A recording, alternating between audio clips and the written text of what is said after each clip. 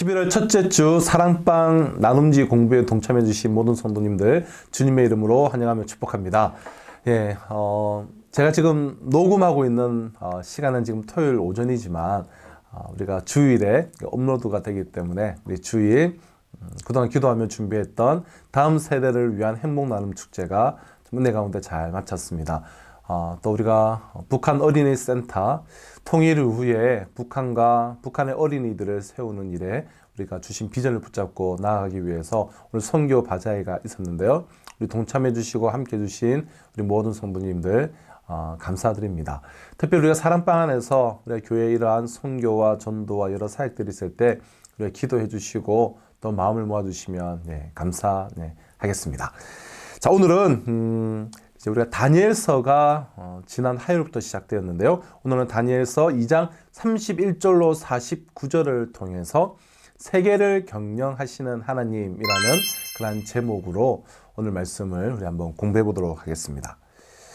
서론을 읽기 전에 지금 2장까지 왔는데요. 이 배경은 이렇습니다. 남왕국 유다가 그들의 제약으로 인하여서 하나님의 징계의 도구인 바벨론의 침략을 받고 바벨론의 정복을 당해서 포로로 잡혀가게 됩니다. 포로로 잡혀가 있는 상태인데 이 바벨론의 느부갓네살 왕이 한 꿈을 꾸게 되는데요. 그가 꾼 꿈의 내용으로 인하여서 이 제국의 황제인 그가 두려움에 사로잡히게 됩니다. 참 인간의 그 연약함을 보여주는 그런 모습인데요. 이 느부갓네살 왕은 전국에 다 소집을 하여서 지혜자들과 술객들과 술사들과 모든 사람들을 다 모아서 내가 이 꿈의 내용을 해몽해라 라고 합니다. 그러나 그 누구도 해몽을 하지를 못하죠. 그래서 다 죽이려고 하는데 그때 다니엘은 자신에게 시간을 얼마를 주면 왕이 꾼 꿈의 내용을 해몽하겠다라고 말을 합니다. 왕은 자신의 꾼 꿈의 내용은 밝히지 않고 그 꿈을 하기를 원하고 있는 상황인데요. 다니엘은 돌아와서 자신의 세 친구와 함께 하나님께 간구하고 기도함을 통하여서 하나님이 느부갓네살 왕이 꾼 꿈의 내용을 알려주게 됩니다. 그래서 다니엘은 이제 왕에게 가서 이 느부갓네살 왕이 꾼 꿈의 내용을 지금 자세히 해몽해 주는 그 내용이 오늘 본문의 이제 내용인데요. 우리 서론을 한번 읽어 보실까요? 11월의 주제는 하나님의 세계 통치입니다. 세상을 보면 영웅이나 왕 같은 사람이 혹은 제국 같은 거대한 세력이 세계와 역사의 주역인 것처럼 자신을 뽐냅니다. 하지만 온 세상과 모든 사람을 손 위에 두시고 열방을 뜻대로 경영하시는 분은 하나님이십니다. 세계를 경영하시는 하나님, 오늘의 주제인데요. 자, 오늘 본문을 보실까요? 본문은 크게 두 단락으로 되어 있습니다. 첫 번째 단락은 31절로 43절인데요. 다니엘은 느부갓네살 왕이 꾼 큰 신상 꿈을 해몽합니다. 1번 방갈로 느부갓네살 왕이 꿈에서 본 신상은 각 부위가 어떤 재료로 만들어졌습니까? 32절 33절입니다. 그 우상의 머리는 순금이요 가슴과 두 팔은 은이요 배와 넓적 다리는 노시요 그 종아리는 새요 그 발은 얼마는 새요 얼마는 진흙이었나이다. 지금 다니엘이 그 꿈을 해몽하고 있는데요. 느부갓네살이 꿈에서 본 이 신상, 사람의 모양을 갖추고 있는 신상은 각 부위가 어떤 재료로 만들어졌느냐는 것이죠. 머리는 순금으로 되어 있고, 그리고 좀 아래로 내려와서 가슴과 두 팔은 은이고, 그리고 배와 넓적 다리는 노스로 이제 되어 있고요. 더 아래로 내려와서 종아리는 쇠로 되어 있고요. 그리고 발은 얼마는 쇠고 얼마는 진흙이었다라는 것입니다. 그럼 느부갓네살 왕이 본 이 신상의 모습은 사람 모양의 이러한 이제 우상이었습니다. 이것은 이 마지막에 이제 뒤에 보면 신상을 부수는, 그러니까 사람의 손이 닿지 않은 이 돌이 이 신상을 부수게 되는데요. 이 사람의 모양으로 된 우상 신상과 이 돌은 완벽히 이제 대조가 되는 그러한 형태입니다. 그럼 신상의 주된 네 재료, 그러니까 금과 은, 이 네 가지 중에 금과 은은 이 화려함을 상징하는 그러한 이제 기금속입니다. 그리고 놋과 철은 이 기물과 무기를 만드는 이 강함을 상징하는 그러한 이제 금속이죠. 자, 이러한 재료에는 이 화려함, 즉 번영과 힘을 갈망하는 인간의 욕망이 잘 이제 녹아져 있는데요. 그럼 인간이 이룬 번영과 이 힘의 결정체가 바로 제국이지 않겠습니까? 인간이 할 수 있는 모든 번영과 그 힘의 결정체가 이 제국이라는 측면에서 신상이 이 네 제국의 시대를 상징하게 된 것은 매우 적절해 보입니다. 느부갓네살 왕이 꾼 이 사람 모양의 우상의 신상은 이 네 가지 순금과 은과 녹과 쇠로 이렇게 이루어져 있다라는 것입니다. 자, 2번 신상의 금머리는 자, 누구를 나타냅니까? 그 중에 가장 높이 있는 머리 37절 38절인데요. 왕이여 왕은 여러 왕들 중에 왕이시라. 하늘의 하나님이 나라와 권세와 능력과 영광을 왕에게 주셨고 사람들과 든질슴과 곤충의 새들 어느 곳에 있는 것을 다 막론하고 그것들을 왕의 손에 넘기사 다 다스리게 하셨으니 왕은 곧 그 금머리니이다. 신상의 이 금머리, 제일 위에 있는 금머리는 누굴 나타내는가? 즉 느부갓네살 왕을 이제 나타내는 것이다라는 것입니다. 그럼 느부갓네살 왕은 자신의 그 아버지인 그 부왕과 함께 당시 최대의 강대국이었던 이 아수르를 굴복시켰고, 그리고 역시 그보다 남쪽에 있는 강대국이었던 이 애굽의 이 바로 누고를 맞아서 이 갈그미스 전투에서 승리함으로 이 고대 군동 지역의 패권을 지게 된 강력한 군주였습니다. 그러니까 바벨론 제국은 이 고대 군동 전체를 제패한 강력한 이제 제국이었는데요. 이 느부갓네살은 세계 7대, 지금도 이제 세계 7대 불가사의로 꼽히는 바벨론의 공중정원. 지금도 이 바벨론의 공중정원은 지금의 기술로도 야 어떻게 이런 것을 세울 수가 있을까 싶을 정도로 세대 불가사의에 속하는 것인데요. 이 바벨론의 공중정원을 만든 인물이 바로 이 느부갓네살이기도 합니다. 그럼 느부갓네살의 시기에 바벨론은 정말 화려하고 융성한 문화를 꽃피웠습니다. 지금도 일반 세계 역사에서 흔적이 남아있을 정도로 정말 화려하고 강력한 문화였죠. 강력한 힘과 이 화려한 문화로 전성기를 구가하던 이 바벨론과 이 느부갓네살 왕은 가히 금으로 상징되기에 충분했습니다. 신상의 금머리는 느부갓네살을 의미한다는 것이죠. 자, 3번 신상의 다른 부위는 그럼 무엇을 가리킵니까? 39절 40절 이어서 보겠습니다. 왕을 뒤이어 왕보다 못한 다른 나라가 일어날 것이요 셋째로 또 녹 같은 나라가 일어나서 온 세계를 다스릴 것이며 넷째 나라는 강하기가 새 같으리니 새는 모든 물건을 부서뜨리고 이기는 것이라. 새가 모든 것을 부수는 것 같이 그 나라가 문나라를 부서뜨리고 찌을 것이며. 자, 신상의 다른 각 부위는 무엇을 가리킵니까? 느부갓네살 왕의 뒤를 이어서 등장할 두 번째 나라, 세 번째 나라, 네 번째 나라 등장할 다른 나라들을 이제 가리키는데요. 그럼 금머리인 이 바벨론에 이어서 등장한 39절에는 그보다 못한 다른 나라라고 되어 있는데요. 이 나라는 이제 은으로 상징된 가슴과 팔, 그러니까 가슴과 팔을 이제 은으로 이제 상징을 하고 있습니다.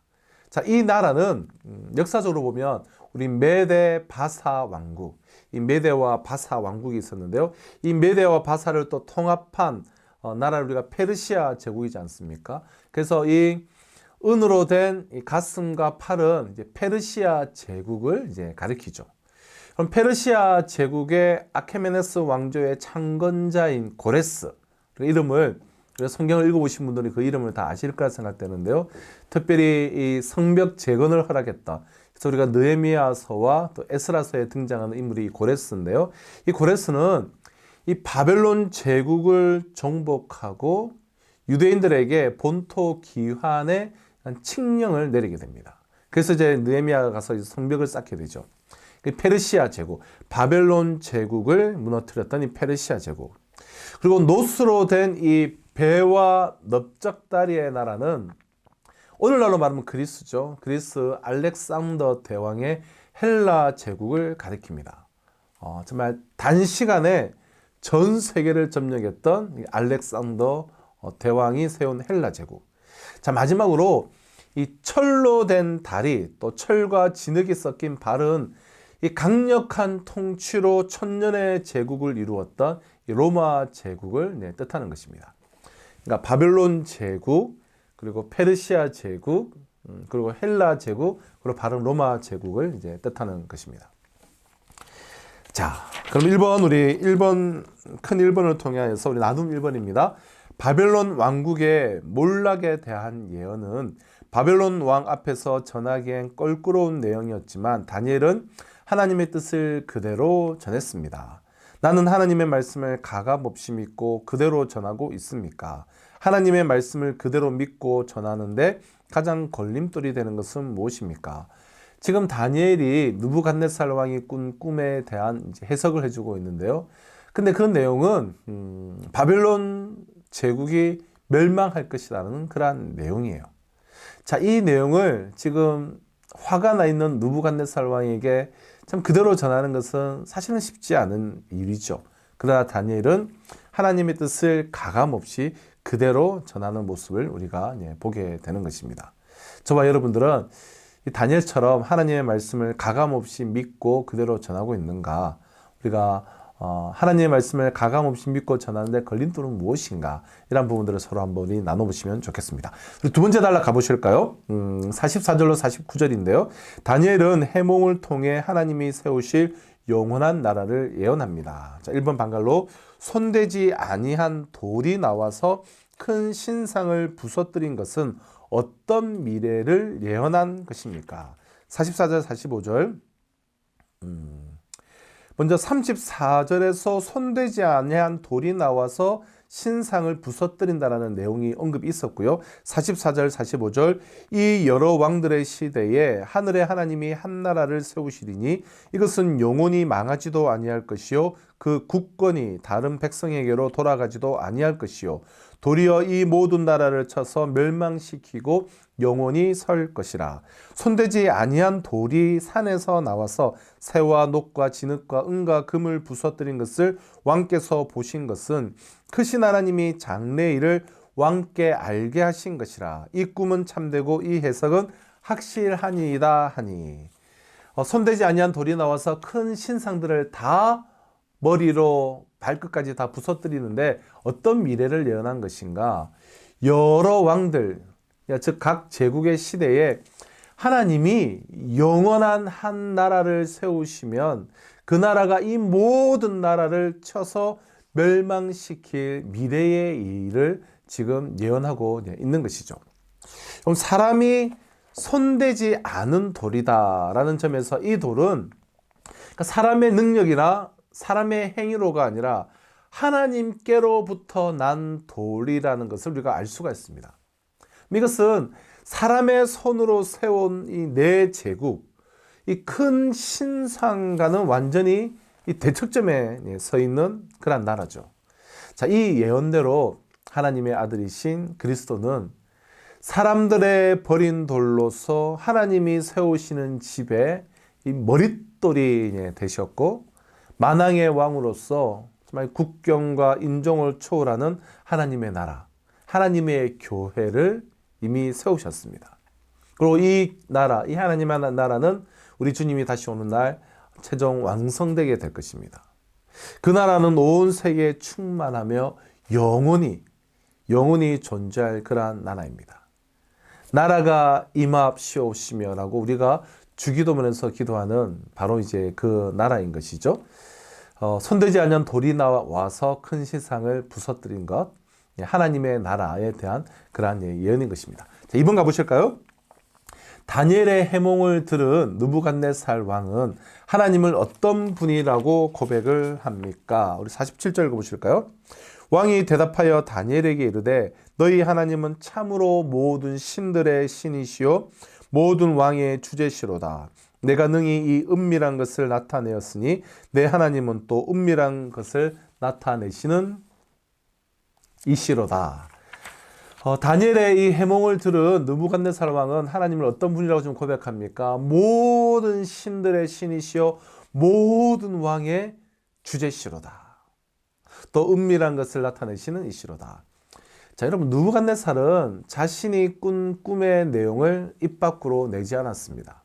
가르쳐 주지 않고 해몽해라라고 이야기했습니다. 그래서 대부분의 지혜자들, 술객들, 바벨론의 모든 사람들은 해석을 하지 못했죠.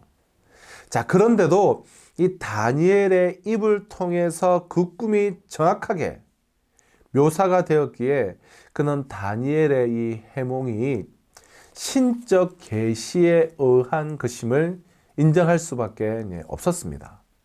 자, 물론 다니엘은 이 해몽을 시작하기 전에 이 모든 것이 자신의 지혜가 아니라 오직 하나님께서 자신에게 알게 하신 것이 뿐임을 분명히 했죠. 이 해몽을 하기 전에 그는 자신의 친구들과 함께 기도한 후에 하나님의 응답을 받았고 그 모든 과정을 이 느부갓네살 왕에게 말한 바가 있습니다. 여러분, 하나님의 종은 하나님의 말씀을 통해 자신의 영광을 깨서는 안 됩니다. 오직 종은 그 말씀을 가감없이 전하고 행하는 자라야 될 것입니다. 다니엘은 이것은 내가 한 것이 아니요 나의 지혜도 아니요 하나님께서 하신 것이다 라고 말하고 이 꿈을 해몽함으로써 이 느부갓네살은 정말 모든 신들의 신이시오 모든 왕의 주제시라는 그런 고백을 하게 된 것이죠. 3번 가보실까요? 느부갓네살 왕은 다니엘과 그 세 친구들을 이후에 그러면 어떻게 대합니까? 48절 49절입니다. 왕이 이에 다니엘을 높여 귀한 선물을 많이 주며 그를 세워 바벨론 온 지방을 다스리게 하며 또 바벨론 모든 지혜자의 어른을 삼았으며 왕이 또 다니엘의 요구대로 사드락과 메삭과 아벳느고를 세워 바벨론 지방의 일을 다스리게 하였고 다니엘은 왕궁에 있었더라. 느부갓네살 왕은 다니엘과 그 세 친구들을 이 꿈 해몽 이후에 어떻게 이제 대하게 됩니까? 다니엘을 높여주고요. 그리고 귀한 선물을 많이 주며 또 그를 세워서 바벨론 온 지방을 그러니까 총리죠. 총리로 온 지방을 다스리게 하며 또 바벨론 모든 지혜자들의 어른으로 삼았으며 다니엘의 요구대로 또 새 친구를 세워서 모든 지방의 일을 다스리게 하셨습니다. 여러분, 이 바벨론이 한 나라가 아니에요. 제국입니다. 이 고대 근동 지역 전체를 위로는 오늘로 말하면 뭐 몇 개의 이제 대륙에 해당되죠. 밑으로는 애국과 그리스와 위로는 이 메데와 바사 페르시아 지역, 바벨론 지역, 이 창세기로 하면 갈대아 지역, 아주 이제 넓은 지역인데요. 우리 오늘로 나라로 말하면 수십 개의 나라가 모여있는 넓은 지역인데요. 그 제국의 총리가 되었고요. 그의 친구들은 그 제국을 분할해서 나누어서 다스리는 그러한 사람들이 되었습니다. 하나님께서는 지금 이 남유다가 여호야김 3년 때 우리가 다니엘서 1장 1절을 보면 여호야김 3년 때에 이제 바벨론의 침공을 받아서 포로로 잡혀갔다는 기록이 있는데요. 하나님께서 근데 이 이전에 이미 예레미야 20장 4절에서 예레미야 선지자를 통해서 이 바벨론의 침공과 이 유다의 멸망을 예고를 이미 하셨습니다. 하지만 그 가운데에서도 이 백성들을 지키시고 번성케 하실 것 또한 약속을 이미 하셨어요.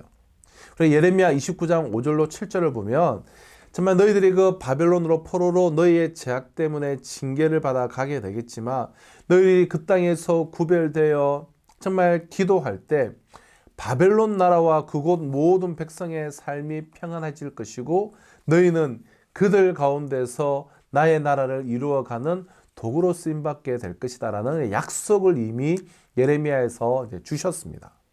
하나님은 그 약속대로 지금 다니엘의 기도를 통해 왕의 진노를 잠재우고 바벨론의 모든 지혜자의 생명을 건지심으로 왕국과 또 자기 백성을 평안하게 하셨고, 특히 다니엘과 그의 세 친구들을 높이 들어 사용하셨죠.